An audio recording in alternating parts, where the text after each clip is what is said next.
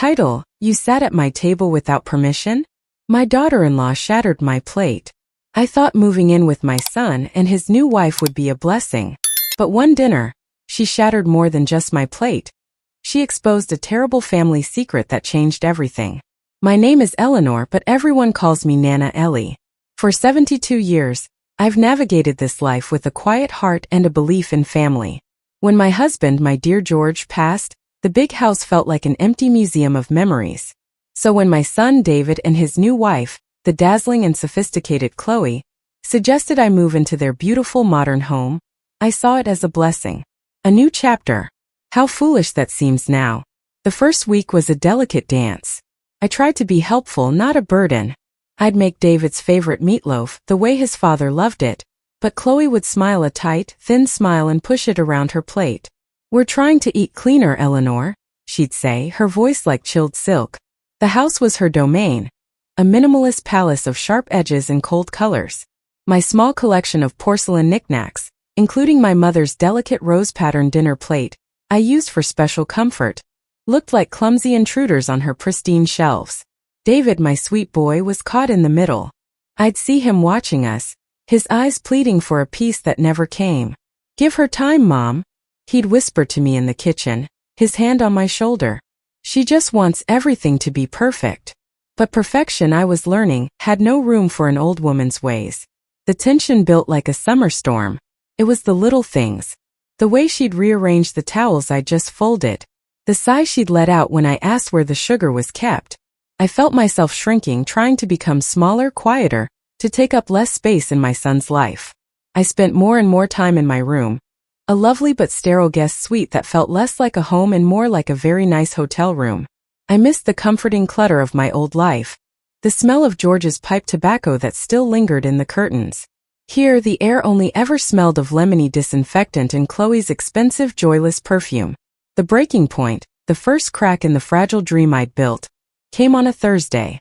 David was working late, and Chloe was out at one of her endless charity galas. The silence of the house pressed in on me.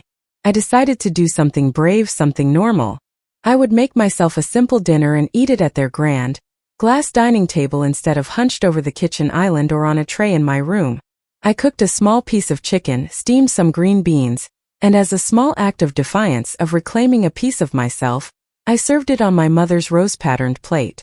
It felt like a connection to a happier past. I was just settling in, about to take my first bite, when the front door slammed open. Chloe was home early. Her heels clicked a rapid, angry staccato on the marble floor. She stopped dead at the entrance to the dining room. Her eyes, usually so cool and composed, widened in sheer, unadulterated horror. They weren't looking at me but at the plate. "What do you think you are doing?" she hissed, her voice low and venomous. I was just having my dinner, dear," I stammered, my fork frozen in midair. Her face contorted, all pretense of civility evaporating. "You sat at the table without asking for permission," she shouted, the words slicing through the quiet. Before I could even process the absurdity of the question, she lunged forward. She didn't swipe the plate onto the floor. No, that would have been an act of passion. This was deliberate. She grabbed the edge of my mother's plate, looked me straight in the eye, and with a cold, hard fury, smashed it down onto the table. The china exploded into 100 tiny pieces, scattering peas and porcelain shards like tragic confetti. I sat there, stunned, a piece of the broken plate lying in my lap. The violence of it, the sheer hatred in the act, stole the breath from my lungs. This was more than about a table. This was a war, and the battle lines had just been drawn in broken china. The silence after the smash was heavier and more profound than any noise I had ever heard. Chloe stood there, chest heaving, looking not at me, but at the destruction she had wrought, as if surprised by her own hand. Then, without a word, she turned and walked upstairs, her heels clicking a retreat that felt more like a victory march. I didn't move. I just stared at the sad remains of my mother's plate. It was David who found me there an hour later, still as a statue, my dinner cold and congealed amidst the wreckage. "Mom," he said, his voice thick with exhaustion. "What happened?" When I told him, my voice a fragile thread, I saw the conflict wage a war on his face. There was shock, then a flicker of anger, but it was quickly extinguished by a weary resignation that broke my heart. She's under a lot of pressure, Mom. The charity event. It must have been a disaster. She didn't mean it. She meant it, David, I whispered. But he just shook his head and started cleaning up the mess, carefully picking up the sharp, flower-patterned fragments. He was cleaning up after his wife's tantrum, just as he always did. That night, lying in my bed, I knew I couldn't stay. This wasn't my home. I was a ghost in someone else's perfect life. The next morning, I called my old friend Martha, who worked at the local bank. I needed to see about getting a small loan, just enough for a deposit on a little apartment. My pride was a small price to pay for my peace. I met her for coffee and she was happy to help. Of course, Ellie, she said. But you know, with you moving out of your house, we'll need to do a final closure on your and George's old joint safety deposit box. It's just a formality. I'd forgotten all about it. George was a man of habits and small secrets, and the box mostly held his father's war medals and our marriage certificate. I went with Martha to the vault. The box felt heavier than I remembered. Sitting in the private viewing room, I lifted the lid. On top of the familiar documents was something new. A simple black leather-bound ledger. My heart gave a little jump. George had always been so meticulous with money. I opened it. It wasn't a record of finances. It was a record of payments. The first entry was dated 28 years ago. Payment to S. Miller $10,000. Then, a year later, another. And another. They were all the same, spaced about a year apart, always for $10,000. The name S. Miller meant nothing to me. The final entry was just a month before George died. The total was staggering. Over $250,000 siphoned from our life, from our savings, given to a stranger. My hands trembled. Who was S. Miller? Why was George paying them? Was it blackmail? A secret child? The foundations of my 45-year marriage, the memory of my steadfast, honorable husband, began to crack and crumble. The fight with Chloe, the broken plate, it all faded into insignificance. I was now adrift in a sea of my husband's lies, and the only clue was a name in a cold black book.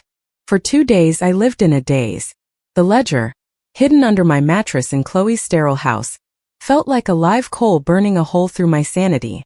S. Miller. The name echoed in my mind, drowning out Chloe's passive-aggressive comments and David's worried looks. I had to find out who this person was. My friend Martha, seeing my distress, helped me again. With a few discreet calls, she discovered a Serena Miller lived in a town about 2 hours away. I told David I was visiting an old friend for the day. I drove, my knuckles white on the steering wheel, following the GPS to a modest, well-kept cottage on the outskirts of a sleepy town. The garden was wild and full of flowers, a stark contrast to Chloe's manicured yard. Taking a deep breath, I walked to the door and knocked. The woman who answered was probably in her late 40s. She had kind, tired eyes and a warmth that immediately put me on edge. This wasn't the face of a blackmailer. "Hello," she said, smiling politely. "My name is Eleanor," I said, my voice trembling. "Eleanor Williams. My husband was George Williams." The smile on her face didn't just fade. It vanished, replaced by a pale, stunned recognition. She knew the name. "Oh," she whispered, her hand flying to her chest. "Oh my. Please. Come in." Her sitting room was cozy, filled with photographs. My eyes were drawn to one in particular on the mantelpiece. A young man with David's smile, David's eyes. My heart stopped. Serena saw me looking. "That's my son, Michael," she said softly, her voice thick with emotion. She gestured for me to sit. I wondered if this day would ever come. "I suppose you found the ledger." I just nodded, unable to speak. She took a deep, shuddering breath. "George wasn't being blackmailed, Eleanor. He was providing for us." She looked at the photograph of the young man. "Michael is. He was George's son." The room tilted. His son. The words were foreign, impossible. "Not by choice," Serena added quickly, seeing the devastation on my face. "It was a long time ago. A brief, stupid affair before he met you. When I found out I was pregnant, I told him. He was horrified. He loved you even then. He never wanted to leave you. But he was a good man. He wanted to support his child. The payments were for Michael. For his education, his future. He made me promise never to tell you. Never to disrupt your life with David. He said it would break you. I sat there, the truth washing over me in nauseating waves. My George. My faithful George. He had another family, another son. The secret payments, his occasional business trips, his protectiveness over our finances, it all made a terrible, heartbreaking sense. He hadn't been dishonest out of malice, but out of a twisted sense of duty to two families. I looked at Serena not with hatred, but with a profound shared sadness. We were both women who had loved a man who could never be fully ours. I drove home in a trance. The world looked different. The man I had built my life with was a stranger. And I was now the keeper of a secret that could shatter my son's world. I walked back into David and Chloe's house, the weight of the truth feeling heavier than the entire world. I had gone searching for a villain and found a ghost, a brother for my son, and a truth I was now powerless to contain. I carried the secret of Michael like a stone in my chest for a week. I avoided David, afraid the truth would come tumbling out just by looking at him. How could I tell him his father, his hero, had lived a double life? How could I explain he had a half-brother he never knew? I was trapped. Chloe's icy demeanor was now a minor annoyance, a surface scratch compared to the deep, bleeding wound inside me. The explosion happened, as they often do, over something trivial. It was family dinner night, a tense tradition Chloe insisted upon. David was trying his best, chatting brightly about work.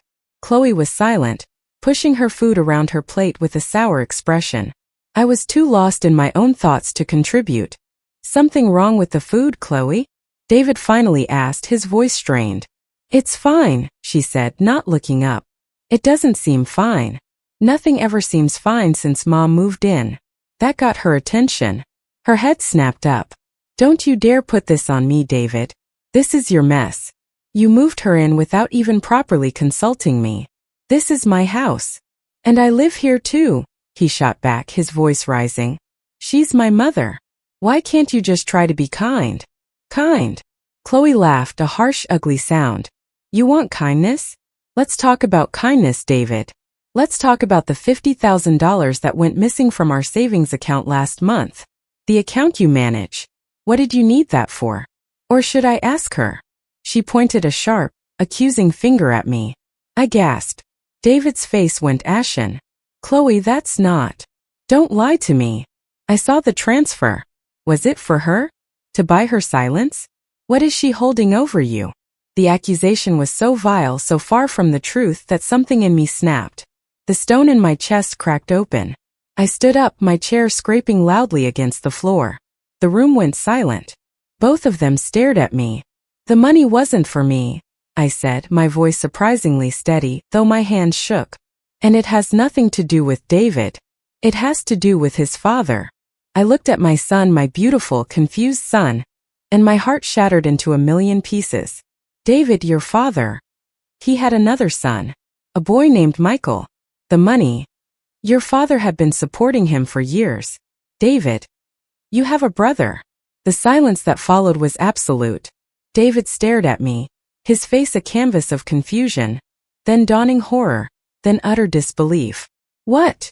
He whispered, the word barely audible. What are you talking about? Chloe looked back and forth between us, her anger replaced by a stunned, greedy curiosity. I had to tell him everything. Right there, amidst the ruins of our dinner, I told him about the ledger, about Serena, about Michael who had his smile. I watched as the image of his perfect father crumbled to dust before his eyes. He didn't cry. He just sat there, shell-shocked, the light in his eyes extinguished. I had protected him from this truth his whole life, and now, in a moment of anger, I had poisoned him with it. And in doing so, I had given Chloe a weapon of unimaginable power. The fallout was immediate and brutal. David retreated into a stunned silence. He wouldn't speak to me, he wouldn't speak to Chloe. He just went to work and came home, a ghost in his own house. Chloe, however, was revitalized. She wore the secret like a perverse trophy. She'd look at me with a smug, I told you, glint in her eye, as if my husband's infidelity vindicated her every nasty word to me. The atmosphere in the house was thicker than fog, suffocating us all. A week after my revelation, I was packing my small suitcase. I couldn't stay another night in that tomb. I heard a quiet knock on my door. It was David. He looked older, the lines on his face deeper than I'd ever seen them. "Don't go, Mom," he said, his voice rough with emotion. "Not like this. David, I can't. This is your home. I've caused enough damage." "You didn't cause it," he said, stepping into the room. "Dad did." He sat on the edge of the bed, the same bed where I'd hidden the ledger. "I've been doing a lot of thinking. And I went to see him." My breath caught. "You saw Michael?" He nodded, a single tear finally escaping and tracing a path down his cheek. "I was so angry. I drove there yesterday. I don't know what I wanted. But he's a good guy, Mom.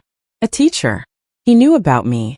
His mother told him about Dad, about you, about me after Dad died. He never reached out because he didn't want to cause any more pain." David looked at me, his eyes full of a new, complicated grief. "He didn't want anything from us. He said the payments stopped years ago after Dad passed. He never expected them." The humility, the decency of this young man I'd never met, washed over me. In the midst of our drama, he was the one acting with grace. "Seeing him," David continued, "it didn't make the hurt go away, but it made it different. It's not a secret anymore. It's just a sad, complicated part of our history." He took my hand. "The problem in this house was never you, Mom. And it wasn't really the secret. The problem is that I married a woman who has no room in her heart for anything that isn't perfect." Downstairs, we heard the front door open and close. Chloe was home. David stood up, his posture straight and firm for the first time in weeks. "Stay here," he said. I heard their voices, low at first, then rising. I couldn't make out the words, but I heard the tone. David's was firm and clear. Chloe's was shrill and defensive. Then it went quiet. A few minutes later, David came back upstairs. "She's gone to her mother's for a few days," he said quietly. We have a lot to talk about." I moved out the next day, but not far. With David's help, I found a lovely little apartment just 10 minutes away. It's small, but it's mine. I have my knickknacks on the shelves, and the first thing I bought was a simple white dinner plate. It's not my mother's, but it's a start. David comes over for dinner every Sunday.